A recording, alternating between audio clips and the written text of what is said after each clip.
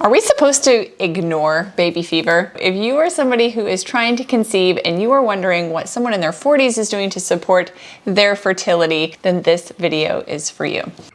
Hey, I'm LB. I'm a 40-year-old Midwest mama of 7, married 15 years to my sweet Burris. Together, we work at home and raise our babies as first-generation Christian entrepreneurs. On my channel, you'll get a glimpse of wholesome living, good deep family chats, and be inspired to step into the calling that God has for you and your family.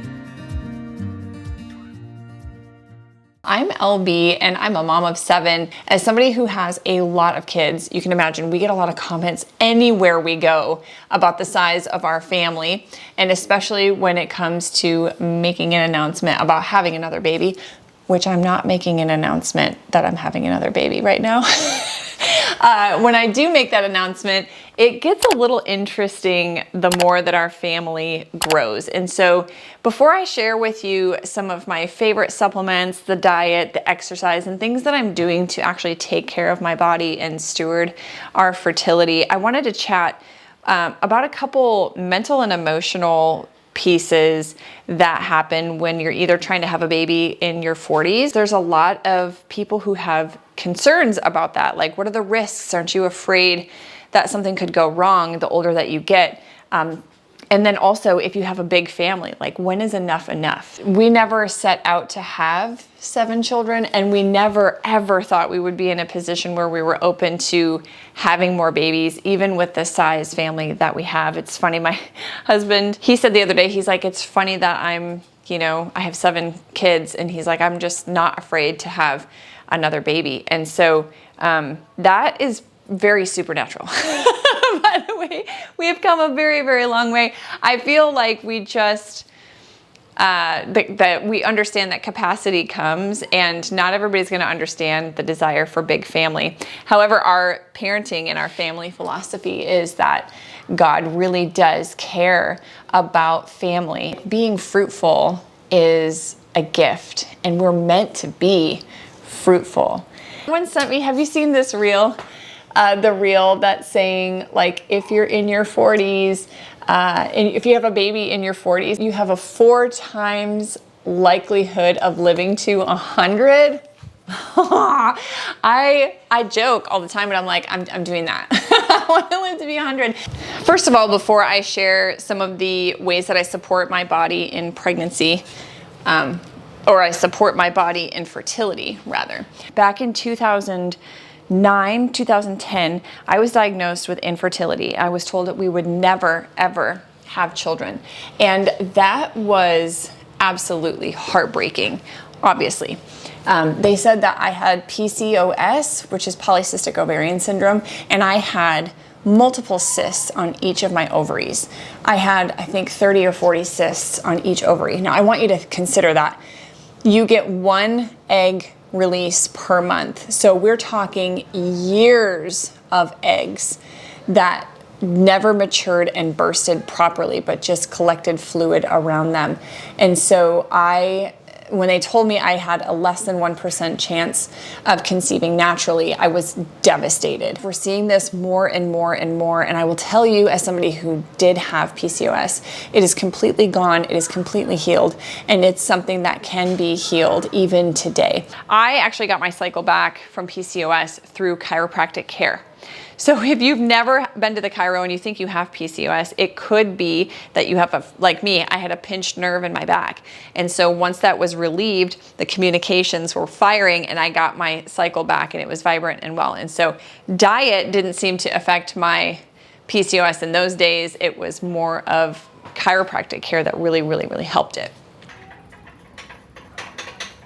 For the first 3 I had standard American diet. Then I felt so terrible eating Lucky Charms, I know, right?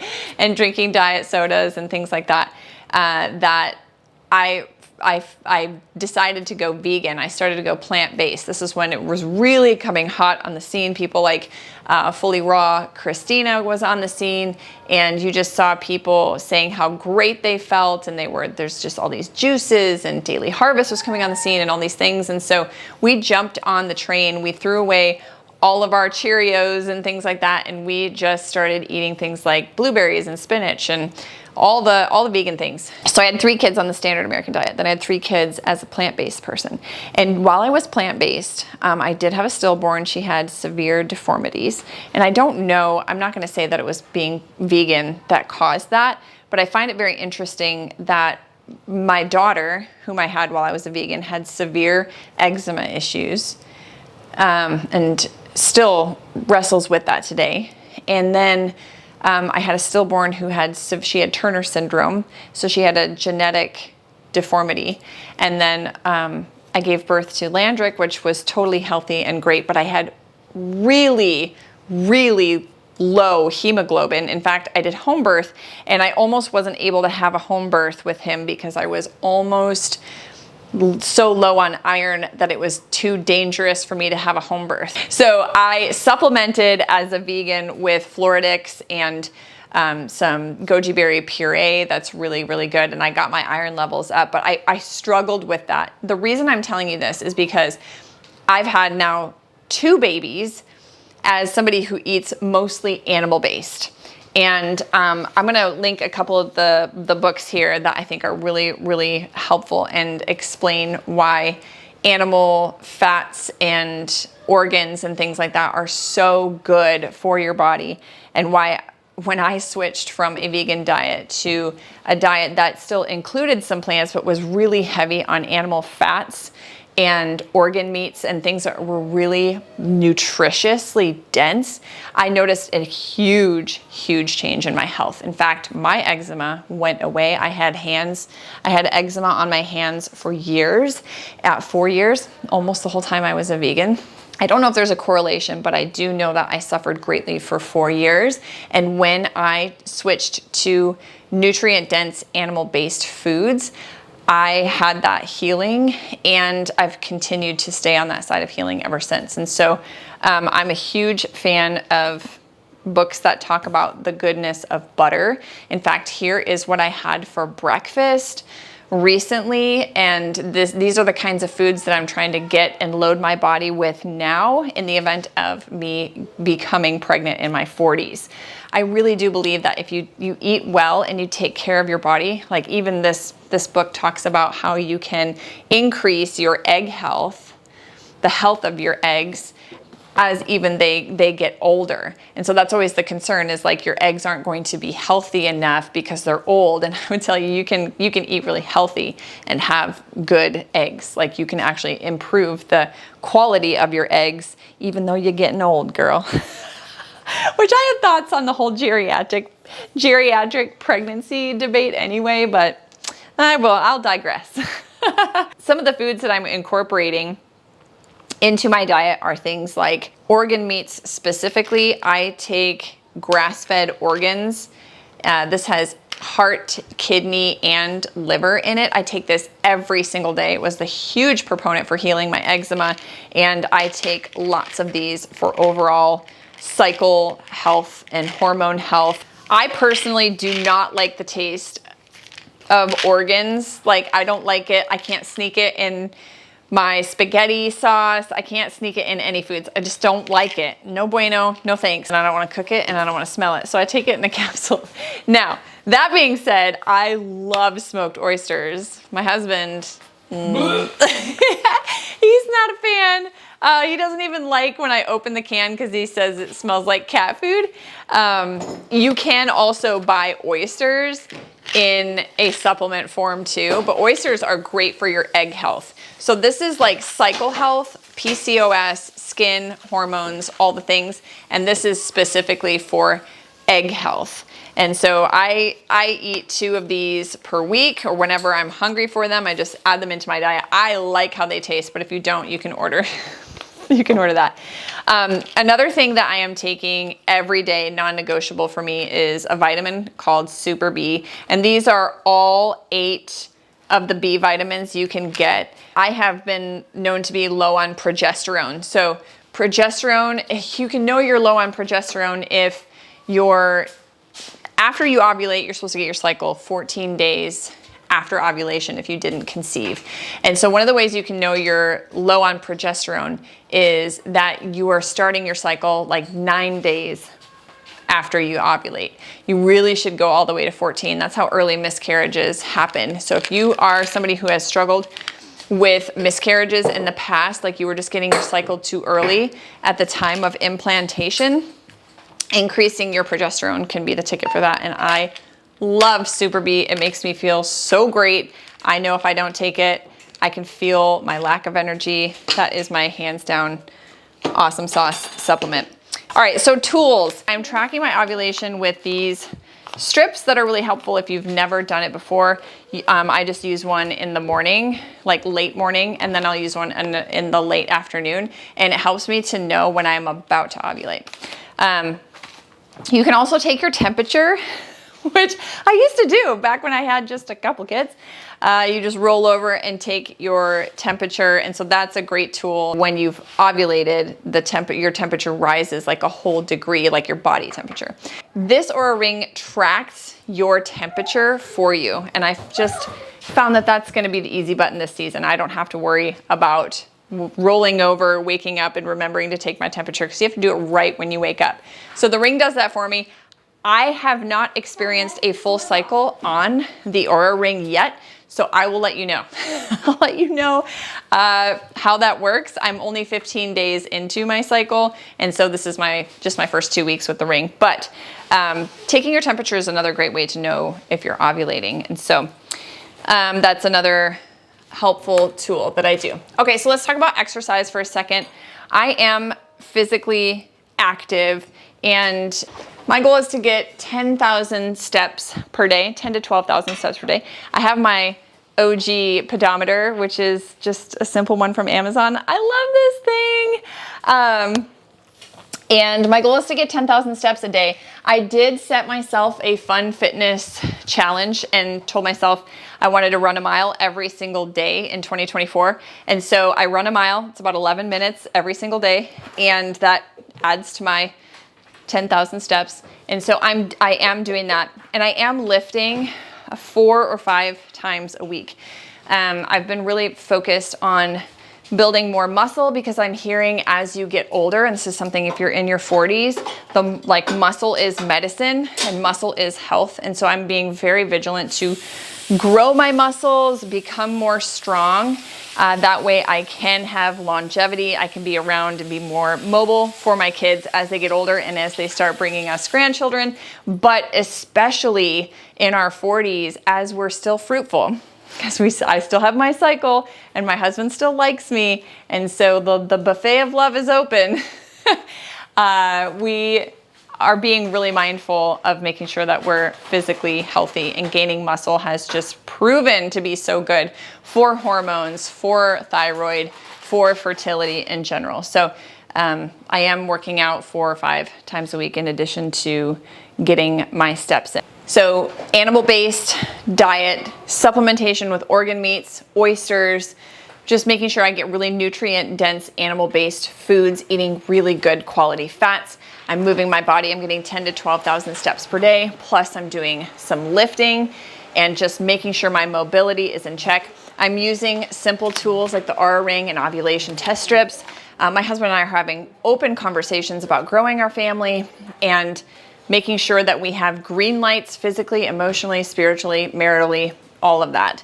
The last thing I will leave you with, and I feel like this is so important and not talked about very often, is when it comes to being open to having more kids, one of the best things I have done for myself is to process each of my pregnancies and births. I told you earlier that I've had a stillborn baby, and I was really sad. Grieving her loss was difficult. And the moment that I found out I was pregnant after her, I was tormented with negative thoughts of what if I lose this baby, and what if I never have a baby again? And it was really, really hard. And so staying in a place where you can allow grief to have a place, and you can be healthy while you grieve. It's actually really a lot easier to conceive and have more children as you allow grief to be present in your life and you don't try to shove it away and pretend it didn't happen. And so one of the key thoughts that really helped me, especially trying to have a baby after having a loss, was different pregnancy, different outcome. Like I was like, Lord, I'm open to this pregnancy being totally healthy, and I'm going to go all in on my love for the baby, understanding that these babies were not my idea. They're a gift from God and a reward from Him. And I am open to being their mother for however long I get to be their mom. Is that scary? 100%. 100%. Every time that we find out we're having another baby, I am tempted to lay down my piece, and my emotional health will go on the decline if I continue to ruminate and consider that maybe this will never work out for me. Which leads me to say that if you are like me and you're in your 40s and you're, maybe you have as many kids as I do, or maybe you don't. Maybe you want a big family and you're emotionally wondering, like, what are people going to say? What are people going to think? I would say, remember that God put that desire on your heart, and your faith is proven by your works. Without works, faith is dead, right? And so in faith, I am taking supplements to make sure that I have healthy eggs. In faith, I am eating foods that are rich and nutritious. In faith, I am working out. I'm, taking care of my body. In faith, I am having communications and talking with my husband. And in faith, we are going all in on our love for each other. And in faith, we are open to having more kids. And so that is a good place to be. And I don't know your outcomes. I don't know we might not have any more kids. God, our family might be done. I don't know, but I do know that we are made to be fruitful, and we are made to steward our fertility, and we are made to be open to the way our bodies were designed. And that is a good place to be. That is where there's so much peace and so much freedom and so much goodness. And I would say, let your faith prove what you believe. Don't shut down the desires of your heart. If you want a big family and you want 10 kids, go for it.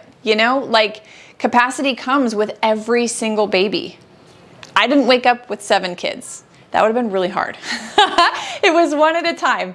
It was one postpartum cycle at a time. It was, every couple years. And capacity comes with every one that's brought to your family.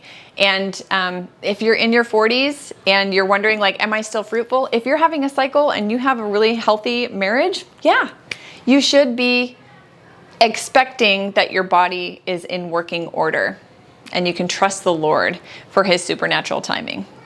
Okay, I think that's it. I just wanted to share with you some of the ways I'm taking care of my body, and just encourage you guys, for all you ladies who have more babies in your heart, that's not by accident. I know the world hates family and there's so much attack against the family, but there's nothing like going all in on your love for your marriage and for being a person who trusts the Lord for their family and being open to the way that you were designed.